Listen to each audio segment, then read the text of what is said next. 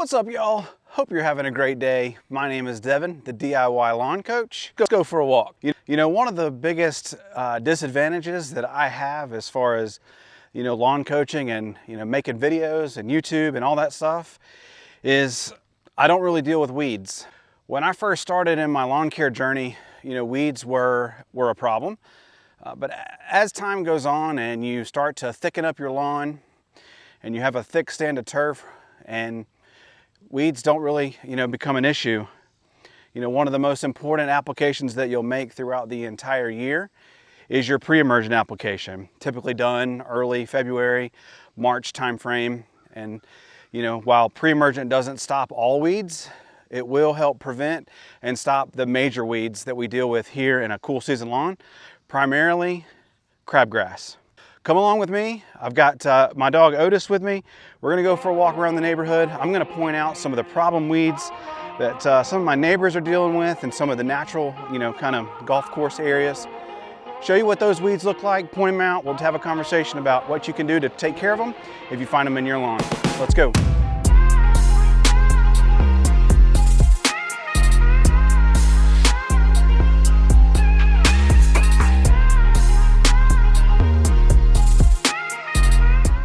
So the first weed we have here showing up in the cracks and the crack weeds is Spurge. Now this weed typically shows up late summer and it can be kind of difficult to control, but any broadleaf weed control will take care of that. So we're talking 2,4-D, we'll certainly take care of Spurge. It likes wetter environments and obviously the heat as well. So let's keep going on our walk and see what else we find.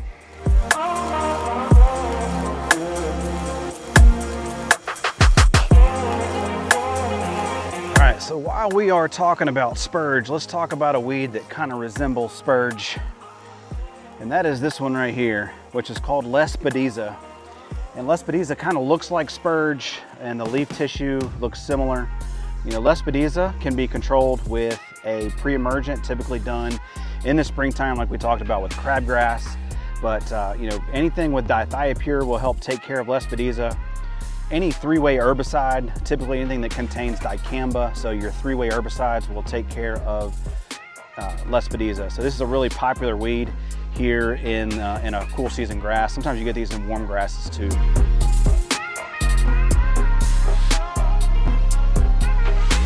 So as we continue to walk here, let me turn the camera around and show you guys another weed. I made a video about this one earlier in the year. It's called orchard grass. Can be kind of pesky, and I'll be honest, there's no real herbicide that you can apply to orchard grass to control it. You either have to dig it up, fill the hole, put down grass seed, or you've got to use a non-selective herbicide. So here's a nice shot of some orchard grass, and you can tell it just by in the center here. You can see the center, and then these really grassy leaves here. So this is a great shot of orchard grass. But this is typical orchard grass.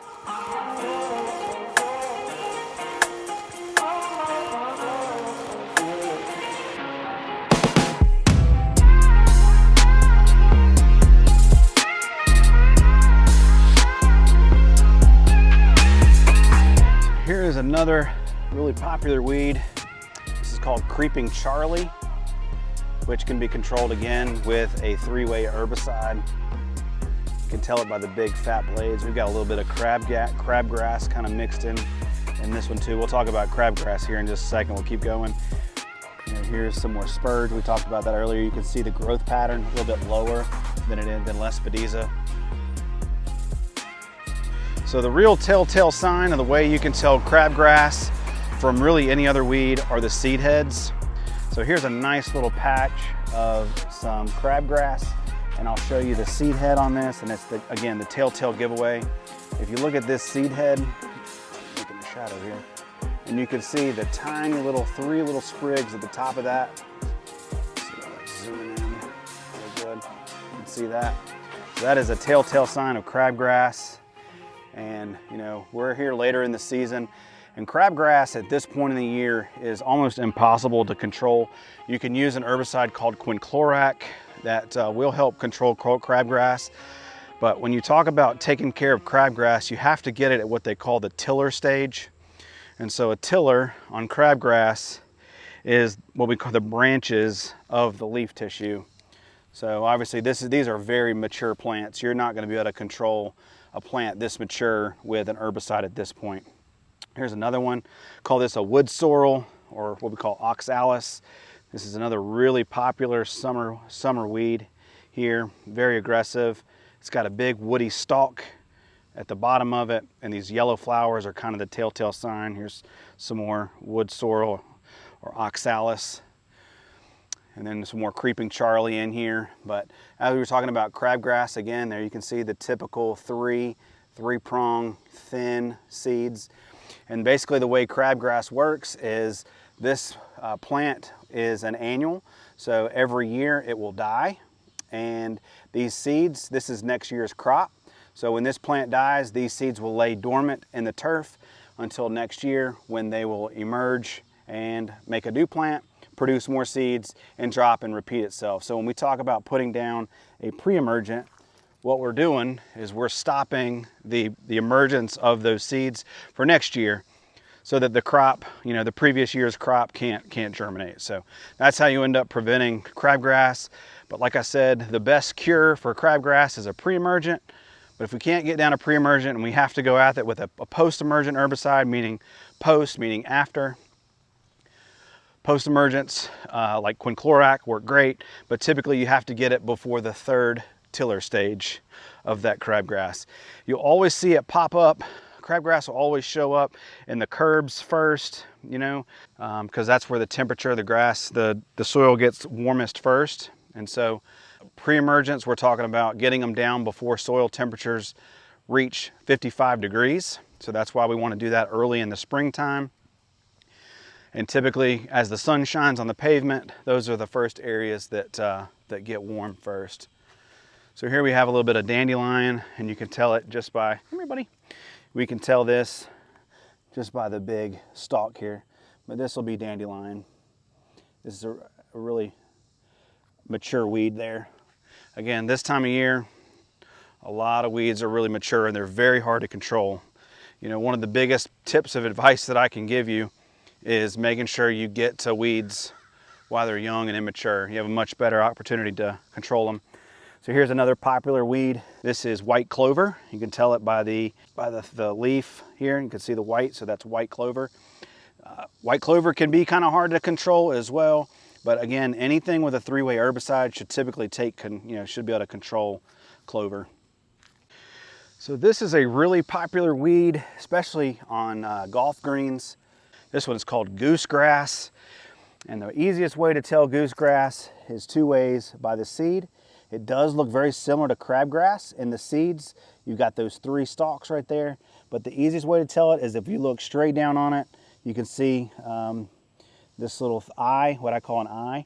And goose grass is so hard to control just because it doesn't matter how low you go. Goose grass will continue to grow. And so if you see it a lot of times on golf greens, even those golf green mowers, as low as they go, they still aren't able to control goose grass. So goose grass and crabgrass look very, very similar. Sometimes they're hard to tell. I'm going to show you guys some dallisgrass here in just a second. Another grassy weed. Again, between goose grass, dallisgrass, and crabgrass are probably the three most confused grasses when it comes to identifying them.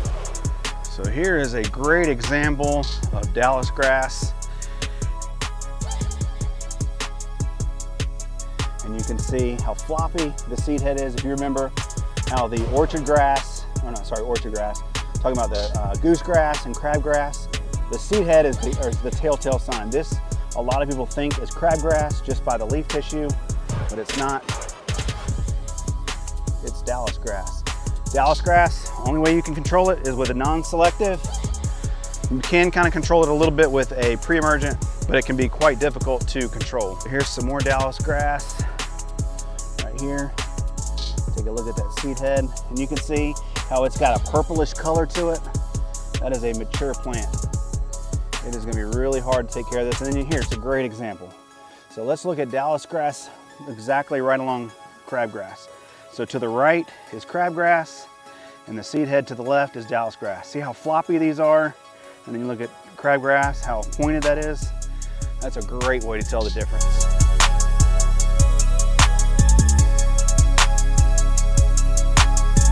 So if you guys are enjoying this video, please leave me a comment down below and let me know that you're enjoying this, showing you guys some different weeds. Make sure you give the video a like and then share this with your friends. Here is, where did it go? Oh, right here. So this is what we call Virginia buttonweed. We've been getting tons of rain here.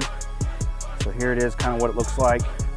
And it grows by rhizomes. So it'll grow under the ground and it just spreads and spreads and spreads. And it likes really moist environments. So if you've got this showing up in areas where you've got standing water, this is what Virginia buttonweed just absolutely loves.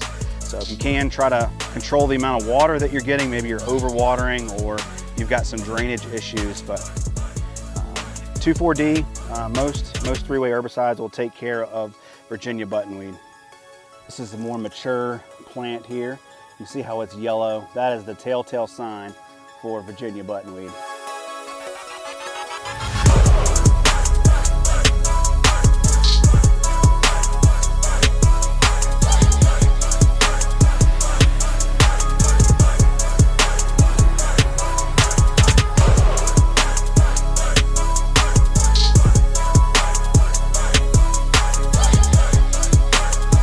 So this next grass, well, it's technically a grass, but for my cool season folks, this is actually a weed. For my warm season folks, this might be a little offensive to you, but a weed I define as anything that I don't want in my lawn, and the next grass or weed that I'm going to show you is probably the worst. So let me turn the camera around and show you guys.